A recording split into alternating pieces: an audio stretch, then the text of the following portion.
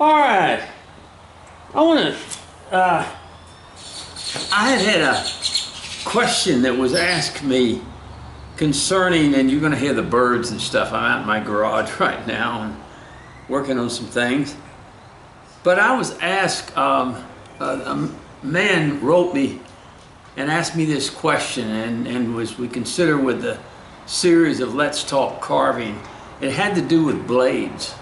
That he had seen a man who had reported that he broke one of the blades of one of the knives that he had, and that, you know, how did this happen? He said the tip of it, but obviously a little bit more than the tip. He had actually broke almost to where the handle started.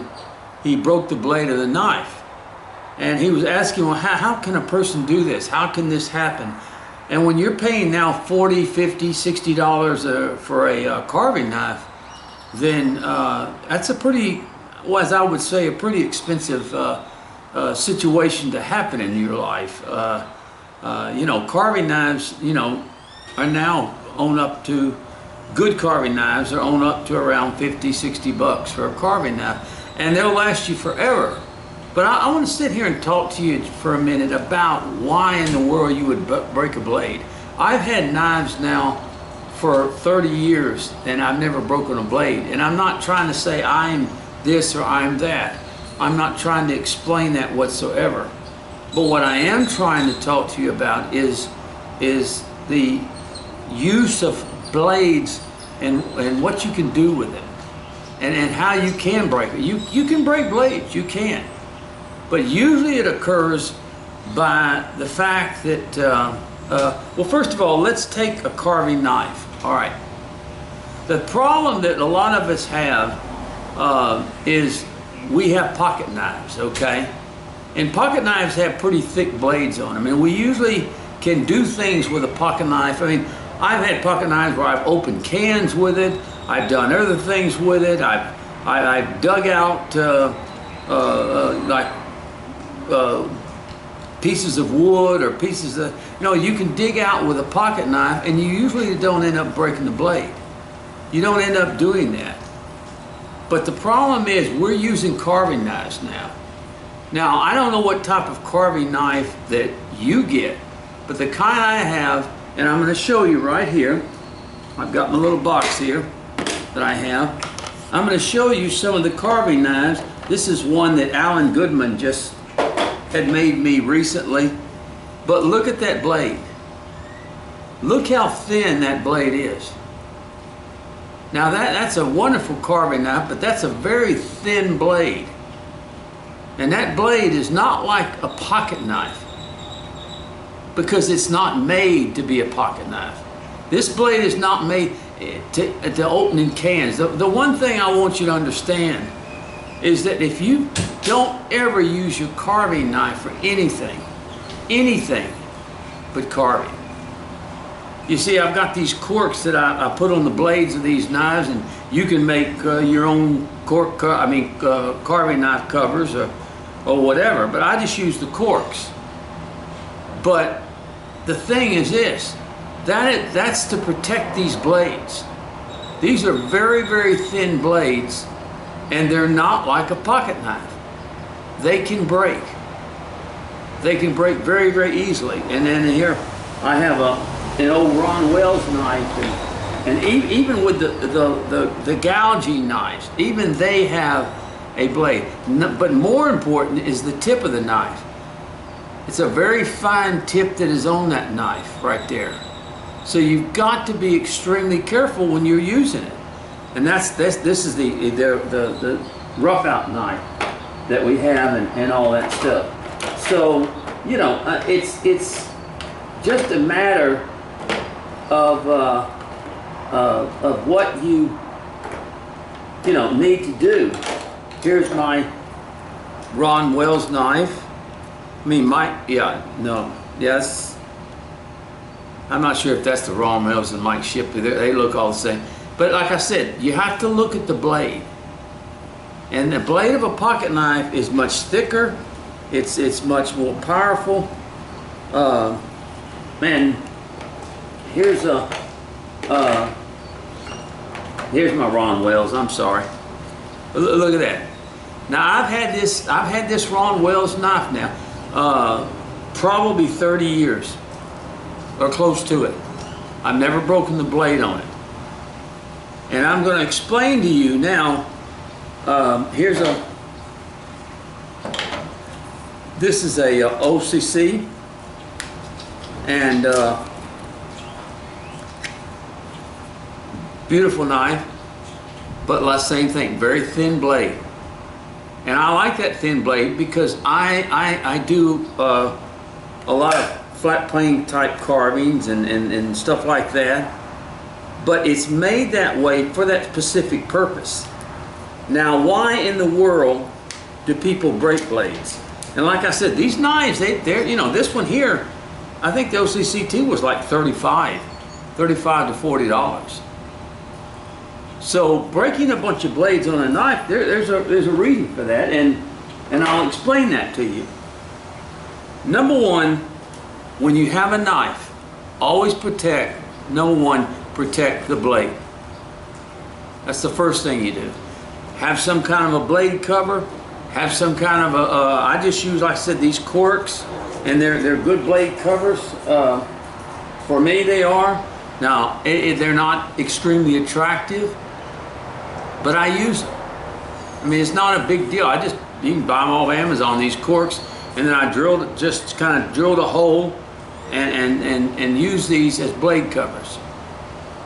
Because I'm going to tell you, when you drop a knife, you can break the tip, depends on how you drop it. You can, you know, then you can, I've redone tips, I know. But you want to protect that blade cover worse than anything in the world. So no matter how you do it, whether it's tubes, plastic tubes, or you know, plastic or a cork, or you make your own blade covers, it doesn't matter. But you want to protect that blade. But because if you drop it, you can mess up the tip, you can mess up the blade itself, you might have to resharpen, restrop, doing things like that, in other words, when you're dealing with a knife. But this is not, like I said, this is not a pocket knife. This does not have the blade of a pocket knife, and it's not as strong. It's made thin for a particular reason, to cut through and slice through the wood the way it does. And most of these knives are made by carvers who know how to make them. Second of all, never use your knife for anything but carving. Those knives that I have old knives that I have stored away. I will not take those knives out and cut paper with them or do anything. Strictly use your knives for carving. Don't use them for anything else. Because it's just, they're not made for that. Yeah, will they cut it? Sure. Yeah, you can use it to cut boxes, you can do whatever then. But let me show you something here. Let me get it out. This, ladies and gentlemen, is a box cutter. Okay? Use a box cutter to cut boxes. Don't use your carving knife. Please don't. Because you don't know what you can hit when you're opening a box. Because, oh, I can use my carving knife to open boxes. Yeah, you can. What if you hit a staple or something like that and rub it across the blade? This is what I'm trying to say. People need to understand that this is a box cutter, this is a carving knife. Two different things, and this is a small box cutter. You can get it at Walmart or something like that. And I love it because it fits in my pocket so good. But that's what you open boxes with. You don't do it with this. Now, I know that's elementary to most carvers, and you say, well, you think I'm stupid? I don't know. No, I don't think you're stupid. I'm just saying it's easy to reach over and grab a knife and use it for something that shouldn't be used. Or if you don't have a box cutter, or yours is messed up or whatever. Oh, well, I'm going to use my carving knife to do this. That's how it gets broken. That's how things like that happen. Now, one of the main reasons that a carving knife gets broken is not always because you use it for what it shouldn't be used for. Most of the time, blades are broken by carvers. And I'm going to tell you what usually happens in most cases. And just try to listen to me. I'm not an expert or anything like that. But 90% of the time, a thin blade like this, very thin blade like this, it gets broken because of one thing. People twist it. While they're carving, they twist the blade, and either they break the tip off of it or they break the blade itself, in other words. They dig, they twist. Carving blades, listen, and maybe it's because the carving blade maybe isn't sharp enough or whatever, and they're trying to get into a place, whatever. I've done the same thing. I mean, I'm not digging. I don't dig. What I'm saying by digging is you're trying to get in there and turn the blade like that. You're trying to, swing the blade a little bit where the tip is in a certain place, and then you break the tip off of it, or you break the blade off of it. Basically, I believe the only way to break a blade is if you're carving like this, if you're carving just like that, in other words, and let me get just a piece of wood here. Okay, this is just a piece of basswood. If you're just carving like this, you're not going to break a blade. If you're doing the push cut,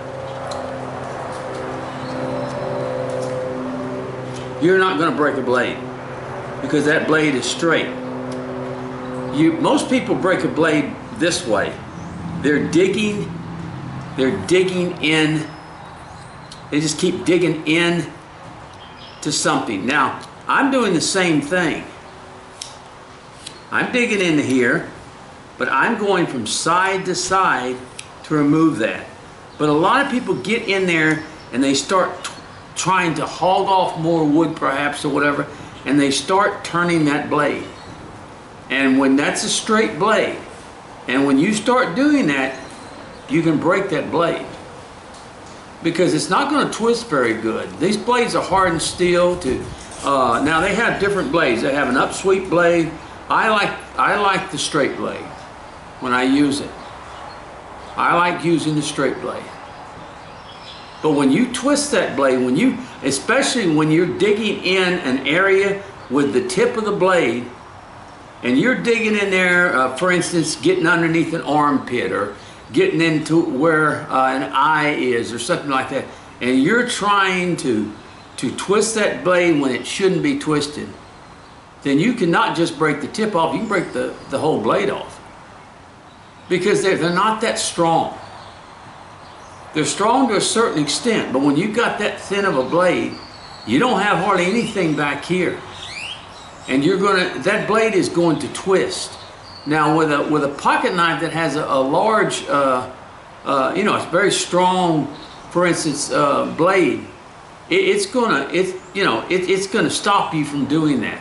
But on these thin blades, when you start twisting it, sometimes you don't think that's what you're doing.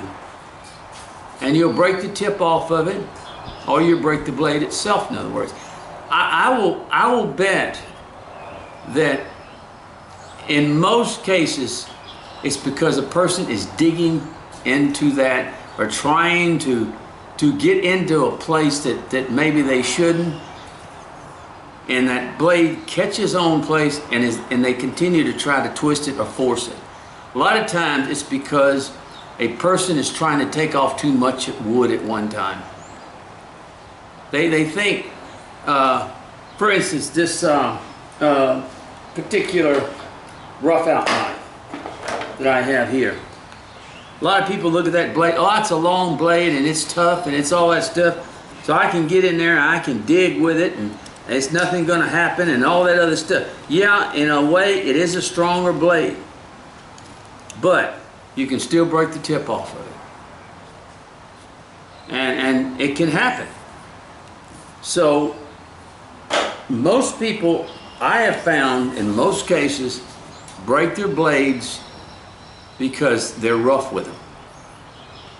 And no matter what you do, if you're rough with a blade, you can break it very easily.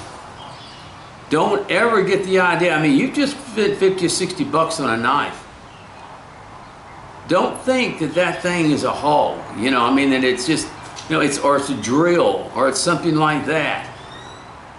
When you start digging that tip into something and you start twisting that knife, you're gonna break it. You will. And I know you don't mean to do it. I'm not scolding anyone, I'm not saying that. But I'm just saying these knives have been with me now. None of the blades have been broken or anything like that. Now I'm not going to tell you. Now I did mess up a tip on a knife one time, but I dropped it. I dropped it by accident and it hit the concrete and it messed the tip up and I had to resurface it and everything like that. But that was because I dropped it, not because I was digging into a carving or doing anything like that. And I mean, it's hard to break, you know, it's easy to break a tip. And especially for an inferior knife, you get some of these inferior knives, then breaking the tip is no problem at all. But most of these knives are pretty strong, they really are. But like I said, they're not screwdrivers. And they're not box cutters. And they're not things that you know, you can't use them as drill and dig into things and stuff like that. You can break the tip on them. So this is the lesson that we have to learn.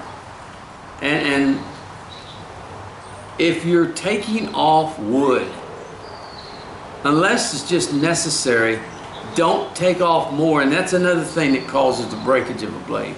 People trying to take off more wood quicker than what they should. And by doing that, yes, you can break tips on blades. You can break blades themselves and stuff like that. So anyway, I just wanted to get on here for a minute and I wanted to kind of share that with you. This guy had broken one of his blades and he was frustrated. I think it was a flex cut or something like that. And usually the flex cut has a little bit stronger blade than these do. But, and he had broke the blade on it. And he couldn't understand why. And I asked him point blank, were you trying to dig with that knife? Were you trying to dig something out? And he admitted that, he didn't admit that, but he admitted that he had been trying to take off possibly too much wood at one time. And the knife got hung up. And he kept trying to go further with it, and what it did is it snapped. So when you buy a carving knife, don't think you can't break that blade. You can. You can break that blade very easily. In fact, this man, he got, you know, he said he didn't have the carving knife that long. And he'd already broken the blade. And I asked him, I said, well, yeah, have you ever broke one before? He said, well, I just started carving on it. But I mean, it was an expensive lesson because he broke it pretty good. He broke it probably halfway down. But it can happen. And he had gotten the blade hung up and then tried to force it, and it didn't work.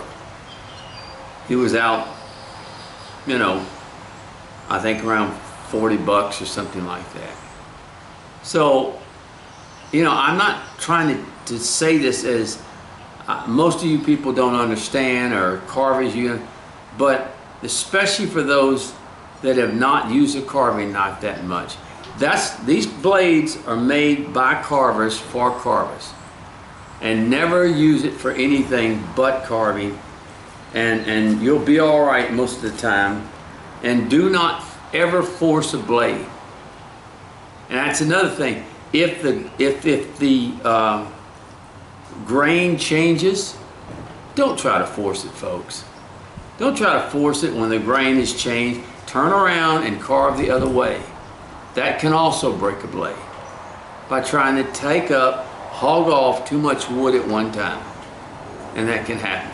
So that's enough of that. I mean, that I don't need to go into any more and explain that anymore. I think most people understand it, and I'll show you a couple of pieces that I just finished.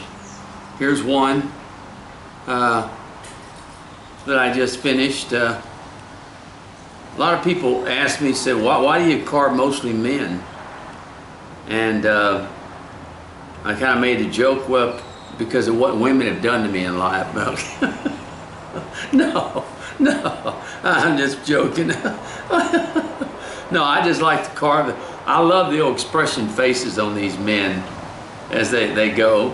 And there's one, and I just finished this one. I really enjoyed carving him with the head turn, and he's got the stick, the walking stick in his hand and stuff. And he's kind of a vagrant type person and everything like that with it. But I love to carve with the head turns and give him a little personality, and as kind of a little vagrant type person. But anyway, please, if you're have not been carving a long time, and most carvers know this, most of them know that, in fact, I am doing a woman right now, so most carvers know and understand that do not use your knife as a pry bar. To pry certain things or certain pieces of wood out of the carving and get them locked up in places and then end up breaking the blade. Because it's an expensive lesson, folks. It really is. A lot of the knives, I've got quite a few knives, and a lot of the knives I have because I have kept them for only one purpose, and I've never tried to force the knife at all. So I've never broken a blade. So you live and learn, but it's an expensive lesson. I mean, you talk $40, $50 knife, yeah, that's an expensive lesson. And always remember, these pocket knives, I say they're strong, but people like Alan Goodman who take these pocket knives and they sharpen them down to a thinner blade, just like the carving blades. So you've got to be careful with them. Don't assume simply because it's a pocket knife for carving that everything's going to be just right there. And no, it's not. Because if you use it as a pry tool, then you can break it. You can break the blade. When you drop it, you don't usually break the blade when you drop it. Now you may break the tip of it or bend it or whatever it is, and you have to resurface it or whatever.